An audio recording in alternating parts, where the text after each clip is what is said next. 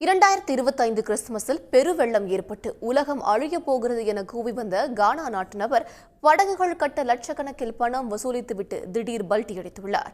பணம் செலுத்தியவர்கள் சாறை சாறையாக வரத் தொடங்கிய நிலையில் உலக அழிவை கடவுள் தள்ளி வைத்திருப்பதாக அந்த நபர் கூறியுள்ளார். இணையத்தில் ட்ரெண்டாகும் இந்த எப்போனோவா யார்?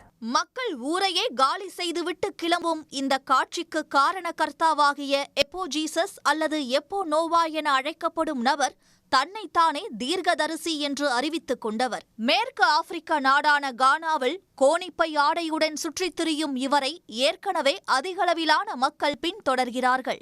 2025 கிறிஸ்துமஸ் நாளிலிருந்து பெருவெள்ளம் ஏற்பட்டு உலகம் படிப்படியாக அழியப் போகிறது என எப்போனோவா அறிவித்தார்.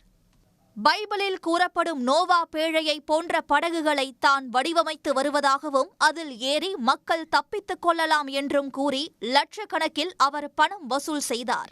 மக்கள் ஏற ஏற இந்த படகு தானே விரிவடைந்து கொள்ளும் என்றும் சகட்டு மேனிக்கு பொய்களை அள்ளி தெளித்தார் எப்போனோவா. உலகம் அழியாவிட்டால் இந்த நட்சத்திர விடுதியில் தாம் கிறிஸ்துமஸை கொண்டாடுவோம் என எப்போனோவா வெளியிட்ட வீடியோவை கண்டு உலகமே சிரிக்க தொடங்கியது. ஆனால் எப்போனோவாவின் ஆதரவாளர்கள் அவரது ஒவ்வொரு பேச்சையும் வேதவாக்காக எடுத்துக்கொண்டனர்.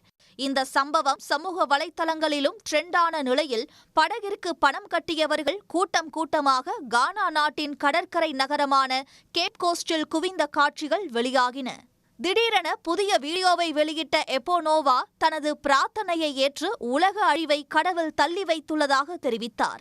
இன்னும் அதிக படகுகளை கட்ட நமக்கு நேரம் கிடைத்துள்ளதாகவும் கூறிய அவர் யாரும் அவசரப்பட்டு நேரில் வரவேண்டாம் என கேட்டுக்கொண்டார்.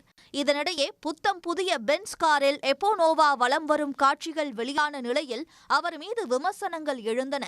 எப்போனோவாவின் மோசடி குறித்து புகார்கள் குவிந்த நிலையில் வதந்தி பரப்பியதாக கூறி அவரை கானா நாட்டு போலீசார் கைது செய்து விசாரித்து வருகின்றனர். உடனுக்குடன் செய்திகளை தெரிந்து கொள்ள சன் நியூஸ் பெல் ஐகானை கிளிக் பண்ணுங்க.